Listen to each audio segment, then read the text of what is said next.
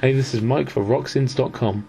Both myself and Darren recently had time to catch up with 3 out of the 5 members of Reading metal band Malefice, vocalist Dale, guitarist Alex and bassist Tom, shortly before their set in support of Kittie, playing alongside Forever Never and It Dies Today.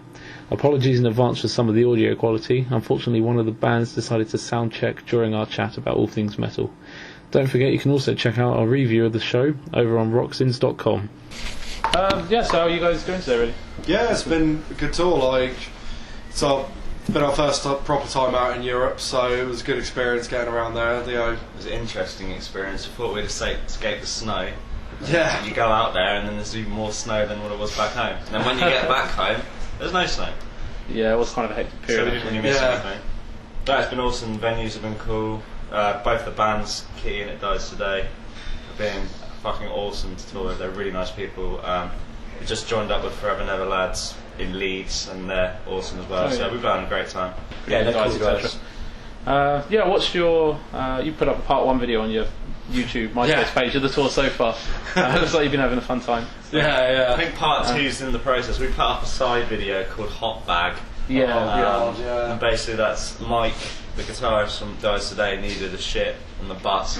And obviously if you watch it, the rule one is you can't shit on the bus. So you have to improvise. Yeah, so he got a bag and named it the Hot Bag, and then it was just like 10 minutes of random musings and everything leading up to it, basically. Yeah, I noticed you lost the back of your tour bus window. God, that was horrible. So what happened with that in the end? Well, what happened was, it was, second date I think it was. It's about 7 AM, most of us were asleep. Jason from It Dies Today was luckily still awake, and he came upstairs and was like, oh fuck, there's no back window. Everybody up, and everyone was like, what's going on? I was like, what's that smell? It's like the carbon monoxide was upstairs. Yeah, so and it was even weirder because there was no sound when it happened. And I was asleep right at the back of the bus because my bunk's like nearest to the back window, and I didn't hear a fucking thing. And then I just look out, I wake up like, what the fuck is going on? Gone. Yeah, and then I just look out, it's like, oh right, there's snow coming in the window. That shouldn't be happening. It seems to have been the running theme of the tour, like having problems with the bus. Yeah. Like the first bus they sent in Germany was too small. Yeah, not enough bunks. Then we got this bus, and the power keeps cutting out. Like if you switch the kettle on, the power's gone. Obviously, back window decided to depart on the autobahn. Yeah. Really? Most of the lights upstairs now don't work, so we've got some sort of weird Christmas lights instead. Yeah, it looks like is it Copacabana? Yeah. Nice trippy tour bus. Yeah. I'm like the shortest person, one of the shortest people on the tour, and my bunk's shorter than me. So thanks for swapping, by the way. Yeah. I swapped because there's a fucking horrible noise that was rattling inside the box compartment, and now that's stopped, and I've been stuck with the smallest bunk in there. Yeah, my sheets didn't get changed either. I only recently got changed. Yeah, no, it's stuff it off about. So. Yeah. No, it definitely sounds like a good time.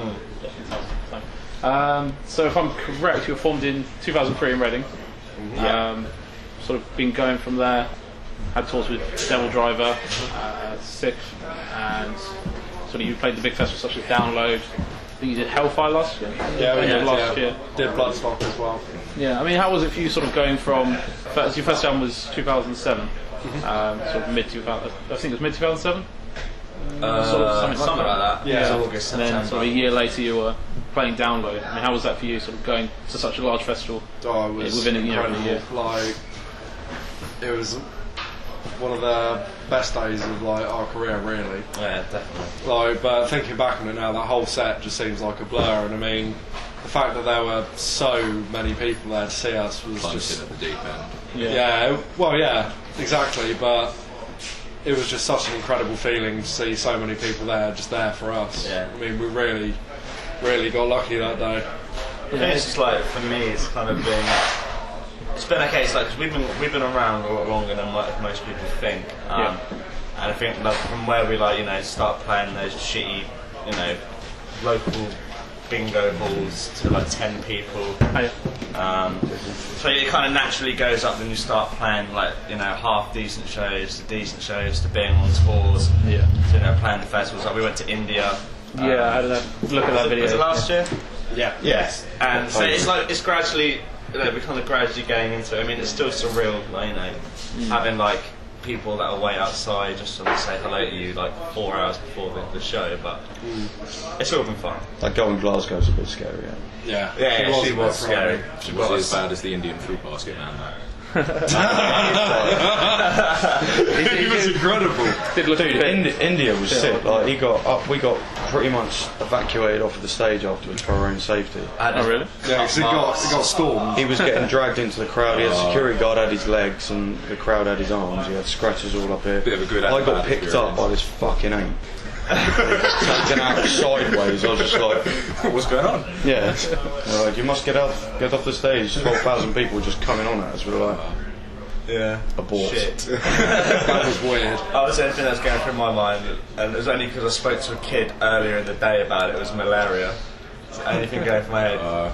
Nice. So were you the last band on when you did your India set? Or? Yeah. Yeah, we headlined. You headlined. That was amazing. Don't know how.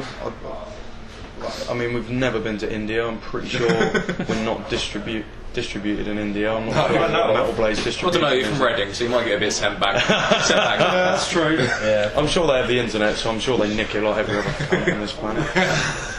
But I remember you saying sort of another interview that it's quite hard for them sort of getting the word of metal really out in India. You said it was sort of something like only one magazine. But do you know what? We went out, when we first walked out on stage, the front row was full of Gorgoroth decapitated t-shirts, and we were like, these kids know their shit. Yeah. Not only do they know their shit, they're wearing t-shirts of some really fucking underground technical stuff. Oh, yeah. So if we're crap tonight, they are going to know. Yeah. We thought we were going to go out there and just go, noise, and everyone's like, whoa, it's amazing. We're going to have to be awesome tonight. Do you know what I mean? So it made it that little bit harder.